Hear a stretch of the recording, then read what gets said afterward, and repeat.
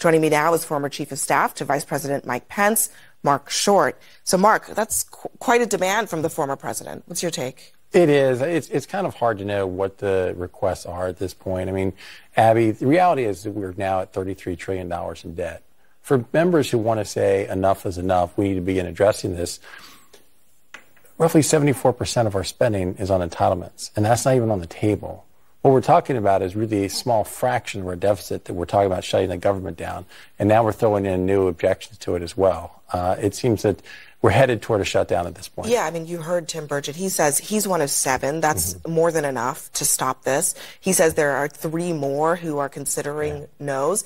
And when I asked him about whether he'd be willing to shut down the government, he basically said whatever happens, happens. Well, I think practically the reality is that if a bill is not passed in the House, and it weakens Kevin's hands as far as negotiations.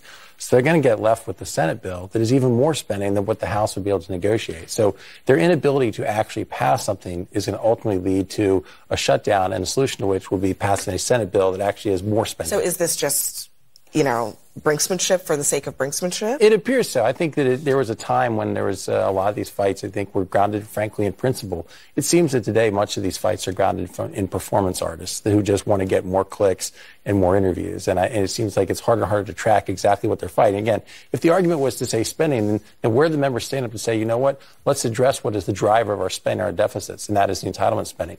But no one's even trying to do that. Yeah, I mean, they are also being egged on by the former president on this particular fight. I do want to get to some of these political headlines because Trump earlier this week really tried to walk back a lot of stuff on abortion and then criticized Republicans for going too far on a 6-week abortion ban. The thing is, though, Marc, it does seem that he's responding to where polls say the American public is. So is he really all that wrong?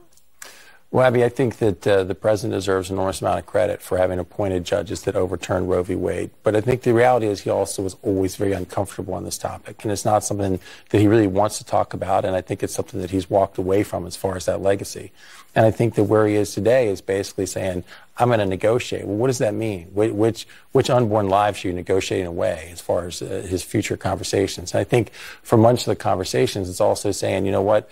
The unborn children in California, or Illinois, or New York somehow deserve less of a right to life than those in red states. And so I think the position is confusing. And I think for those in the conservative movement who are pro-life, it's pretty consistent about life. Is it a betrayal? I mean, he ran on a hard abortion message. He did, and I think that he deserves, as I said, he deserves credit for delivering on that. But I do think he's walking away from that legacy. So I got to talk to you about this new CNN poll in New Hampshire. The headline here is really a drop off the cliff for Ron DeSantis, but your former boss, Mike Pence, is at 2% in this poll.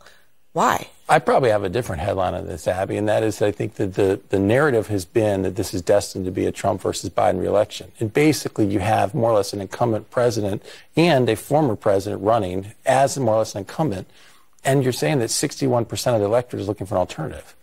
I think that basically says no one else is getting more than 15% in this poll. Fair enough, but it says that there's room for a lot of growth for a lot of candidates in the field to say there's 61% that's up for grabs. And I think a lot of this does always break late, Abby. I think you've seen candidates who have spent a lot of money early who then run out of resources. I think for somebody who spent $100 million to drop 20 points nationally in the polls, it's not a good standing. What's the Pence plan to get above the single digits? He, in the last debate, really went after Vivek Ramaswamy, who has surged.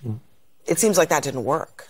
Oh, I don't know. I think that since that poll, since the last debate, I think you've seen Vivek get called out from both the right and the left for being a fraud. And I think that for the vice president, he's going to continue to make an argument about where our party should be going as far as consistent conservative principles and draw that contrast. If he doesn't do well in New Hampshire, what's the plan? Would he stay in the race or would he drop out? I think that that's a long way off. I think there's a lot to happen between now and New Hampshire. And I think that hopefully in these debates, the American people continue to get to see him present his case as the true conservative in this race. All right. We'll see another debate in just a few days. Marc Short, thanks again for joining us tonight. Abby, thanks for having me.